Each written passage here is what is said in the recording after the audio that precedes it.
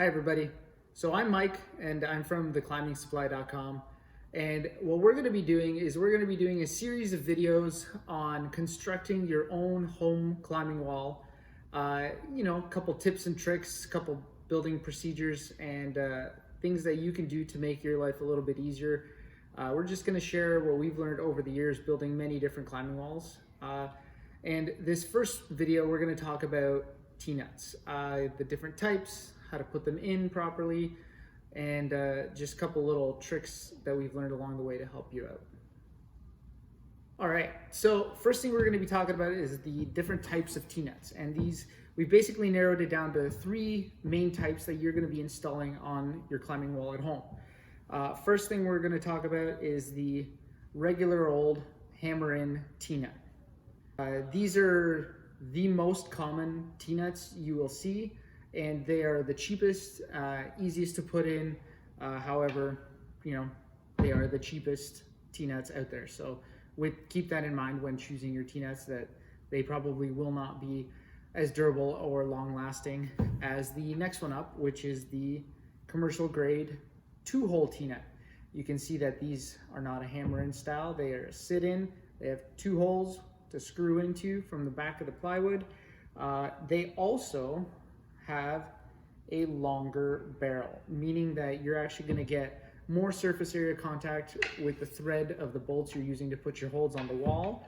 And that's also going to make it easier to align your bolt into the Tnut hole, which will help you later on down the road so that you don't strip as many Tnuts. And if you are wondering, we are going to cover Tnut repair in later videos. The third and final one is another hammer-in 4-prong Tnut. However, this one is made of stainless steel. The reason you would ever buy a stainless steel Tnut is if you're constructing a wall that's going to sit outside in the elements. So in the rain, snow, especially if you say live near an ocean where there's a lot of salt water in the air, definitely very important to go for the stainless steel. They are substantially more expensive just because of the material used, but they will not rust out on you. Okay, so now we're going to be talking about the actual drilling of the holes and installation of the Tnuts. Now, I'm using much smaller pieces of wood than you would be. I assume you would be using full 4x8 sheets of plywood. This is just easier for me to work with and show you. But you're going to lay out your grid. Make sure you plan out for where your studs are going to be so that you don't have a Tnut right on your stud, because nothing is more of a pain in the butt when you're actually trying to put a hold on the wall and the bolt won't go through because it's hitting wood.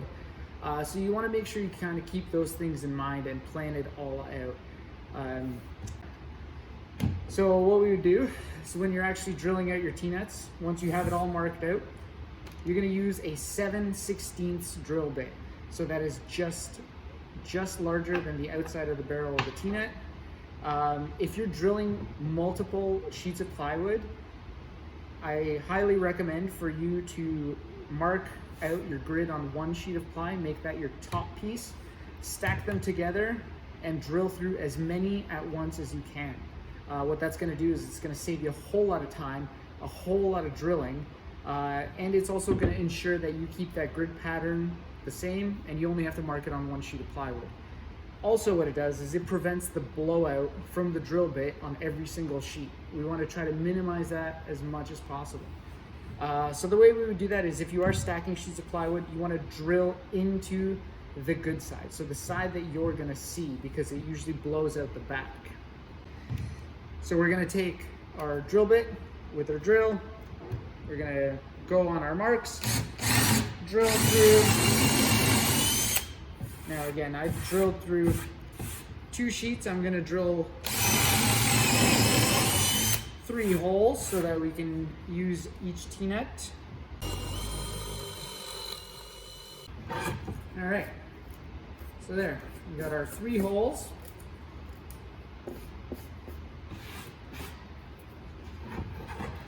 And as you can see, now I know I've said to make this your front, but I've written on the back of this to give myself some notes, so I'm not going to show you guys that. Tnuts slide right in for the screw-in ones. The hammer-in ones, like their name says, we're gonna have to hammer in. So they sit in a little bit, and then you gotta pound them in the rest of the way.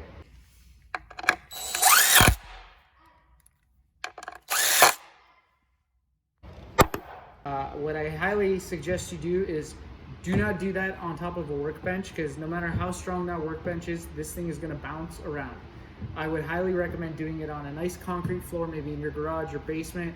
The other thing we're gonna talk about is drill bit size. As you can see here, I've drilled out two sizes, 1/2 inch and 7/16 inch, just to show you guys the difference between the two and how the Tnuts fit differently. So we're just gonna come on in and zoom in, take a look at the 7/16. So that is the screw-in Tnut, that is the regular steel Tnut, and that is our stainless steel Tnut, all of which fit nice and snug. Now onto the 1/2 inch hole, screw-in Tnut. You can see all the space around the barrel of the Tnut. Hammer-in Tnut, regular steel, as you can see, lots of space. And the stainless steel one, you can see, went in crooked. And that's because the 1/2 inch hole does not align the Tnuts properly. So when you're drilling, if you're gonna be drilling that many holes, get the right size drill bit. All right, so that's about the basics of Tnut installation and the majority of things that you guys need to know to get you started on the construction of your home wall.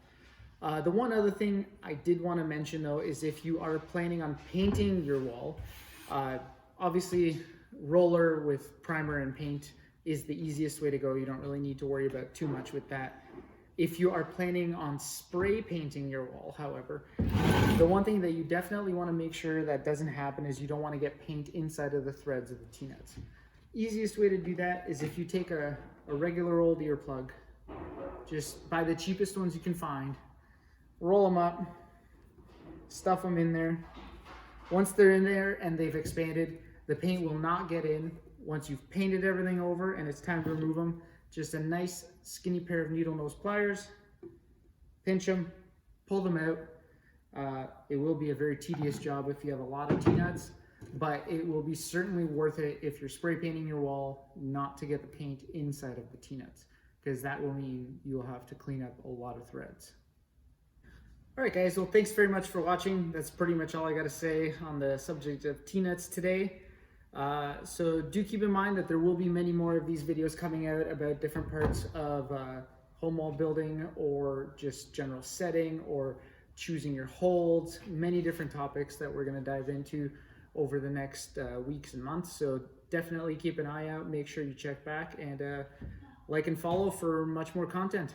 Thanks very much. Bye.